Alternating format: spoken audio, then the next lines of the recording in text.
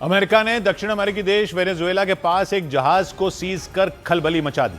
अमेरिकी सेना ने तेल के टैंकर वाले उस जहाज पर कब्जा जमा लिया और इसकी वजह से वेनेजुएला बुरी तरह भड़क गया, क्योंकि अमेरिकी फौज ने उस जहाज पर तब धावा बोला जब वो वेनेजुएला के तट के बिल्कुल करीब था। हथियारों से लैस अमेरिका के सैनिक हेलीकॉप्टर से पहुंचे और रस्सी के सहारे एक एक कर नीचे उतर गए। देखते ही देखते वो तेल टैंकर वाले उस जहाज पर फैल गए और उसे अपने कंट्रोल में ले लिया। अमेरिकी राष्ट्रपति ट्रंप ने इस कार्रवाई की पुष्टि की। We've just seized a tanker on the coast of Venezuela, large tanker, very large. दावा है कि उस तेल टैंकर को कैरिबियन सागर में वेनेजुएला के नजदीक सीज किया गया।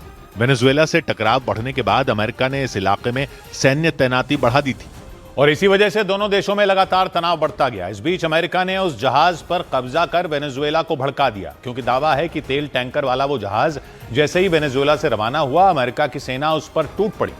दुनिया में कच्चे तेल का सबसे बड़ा जखीरा वेनेजुएला के पास ही मौजूद है, लेकिन वेनेजुएला और अमेरिका के बीच 36 का आंकड़ा रहा है। यही नहीं, अमेरिका ने वेनेजुएला और उसकी धरती से निकलने वाले तेल पर कई तरह के प्रतिबंध भी लगा रखे।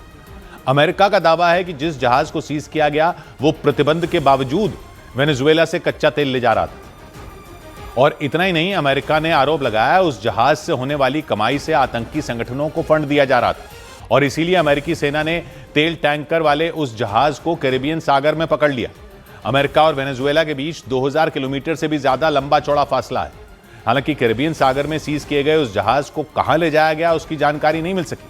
अमेरिका ने दावा किया उस जहाज को चलाने वाली कंपनी लेबनान के चरमपंथी संगठन हिजबुल्ला और ईरान की सेना की ब्रांच IRGC को आर्थिक मदद दे रही थी। इन दोनों को अमेरिकी आतंकी संगठन मानता है, इसलिए उसने अपने इस एक्शन को लेकर आतंक के खिलाफ की गई कार्रवाई बताया। लेकिन उस जहाज पर कब्जा किए जाने के बाद वेनेजुएला गुस्से से आग बबूला हो गया।